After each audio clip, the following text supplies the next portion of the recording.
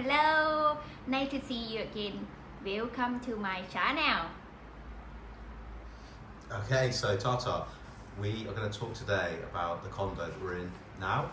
So we paid 15,000 baht for that. So it's a 2-bedroom condo, and we've got a shower room and a kitchen.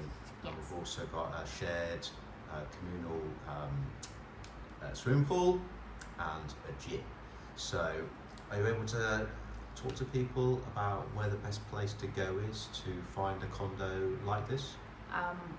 So at first you just choose where you would like to live, like maybe Sukhumvit, and then you go in the Google and search something like condo in Sukhumvit. So they have so many websites, and then you can choose one.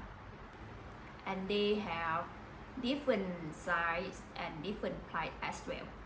Okay, so 15,000 baht, that's a kind of a mid-level condo here in Bangkok. You can pay a heck of a lot more, but there's also much cheaper ones as well. So the cheapest condo really about what, 5,000, 8,000 baht per month? 8,000, 7,500. Yeah, so that's going to be like the cheapest ones, and that's going to be quite far away from BTS or MRT. Yes. But then you can pay, over 100,000 baht if you're very, very rich. Okay, now would you say, is there a lot of availability of condos in Bangkok? Are there lots to choose from? Yeah, so many. So we shoot one from the website there, and then we got 15,000, actually 16,000. Yeah, so I think for people who live in England, where there's a shortage of rental property, that might be a bit of a surprise. So you are able to negotiate with the landlord. I mean, this particular condo had been empty for quite a long time, hadn't it? Yes. So we were able to get 1,000 baht discount. Now, for a foreigner to rent a condo, so this condo is actually in my name, isn't it? I'm on the lease. Yes. So what do I need to have with me that I can show to the landlord? So at first you just show the passport and the visa to the landlord, and then they will sign contract with you. Okay. And don't forget to ask them about TM30, because the TM30 is very important. If you would like to move in Thailand, so you need the TM30 for the immigration. Yeah, so just to explain to people, the TM30 is a form that the landlord will fill out for you. And then when you're looking to extend or actually get a visa to live in Thailand, you'll need to present the TM30 as part of the documentation that they're going to want to see. So that's what the TM30 is all about. So it's a very important document for you. And we sign the contract for 1 year. That's for 1 year. 1 year is minimum for the sign contract for the rent the condo in Thailand. Okay, and how much deposit did we have to put down? Deposit is 2 months. It Okay. means 30,000. Okay, so we put down a 30,000 baht deposit, and then we also paid 15,000 baht, and that's the first month's rent paid in advance. Okay, Yes. and then thereafter it'll be 15,000 baht. Okay, and then at the end, when we do decide to leave here, then assuming that we haven't done anything to damage the property, the landlord will give you that deposit back. So those 2 months. Yeah, and also the public area, what they call the pay for the public area. So just to make people aware as well that this is a condo, so there are fees that have to be paid for the upkeep of things like the swimming pool and the gym, and there's some garden area as well, but that is paid by the landlord. So Yes. you want to make sure that it states that clearly in the lease, the Yes. fact that that isn't the tenant's responsibility, that is for the landlord to pay. So that's another important consideration. It means for us it pay 1,500, it include with everything. So yeah, so that's 1,500 baht per month, and that's for the fees for the upkeep of the whole condo. Yes. But yeah, so just to be clear, we're not paying that. That's the landlord's responsibility. Yeah. Okay.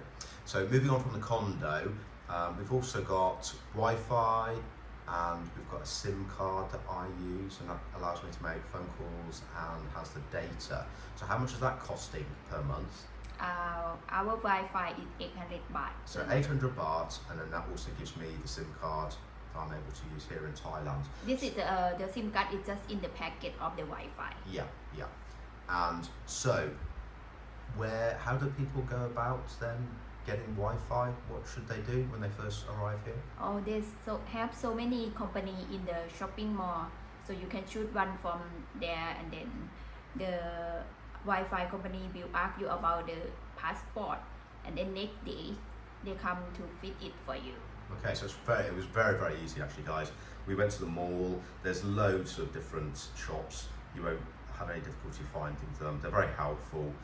You explain what your requirements are, and then as Tata said, they there, a couple of engineers turned up the next day and actually installed the Wi-Fi for us.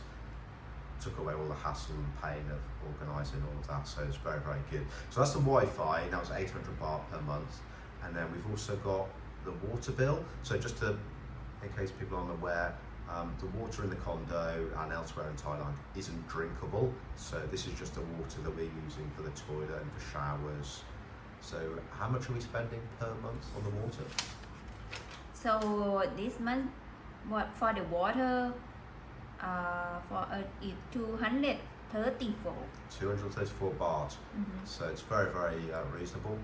It's 18 baht for 1 unit. Okay, so 234 baht, that's what, £6, something like that? Something like that. Something like that. Okay, and finally we've got the electricity. How much is that costing us per month? So electricity is 1,253. Okay, so again that's pretty reasonable. We've got 3 air conditioning units actually. So one in the lounge, the bedroom, and then in the second bedroom. And you know, we use the air conditioning a lot. We have the air conditioning in the bedroom running all night long, and we're using the air conditioning in the lounge whenever we need it. So you know, we're not doing anything to try and save electric consumption. So again, it's a really good value electricity here in Thailand. Now I can see you've got 2 bits of paper there. You've got the water bill and you've got the electric bill. So that gets posted to us, don't they, each month? The companies, they'll post those documents to us. So how do we go about paying for the water bill? So the water bill we have to pay with the condo office. Okay, so we go to the condo office, which Yes. is on the first floor down here, and literally just pay the cash to the people there. Okay, and then the electric bill, how do we pay that? So the electric bills, if you have the Thai bank account, so you can pay with online. Okay. If you don't have, you just go to 7-Eleven. That's very easy. Yeah, so you literally just go to 7-Eleven and take that paper with you, and you can just pay in cash for the electricity that you've used. So it's really easy. Alright, if you have any question, you can drop some question in my comment. I will come to answer you. So hope you like my video. See you next time, and don't forget to subscribe and like me. Bye bye.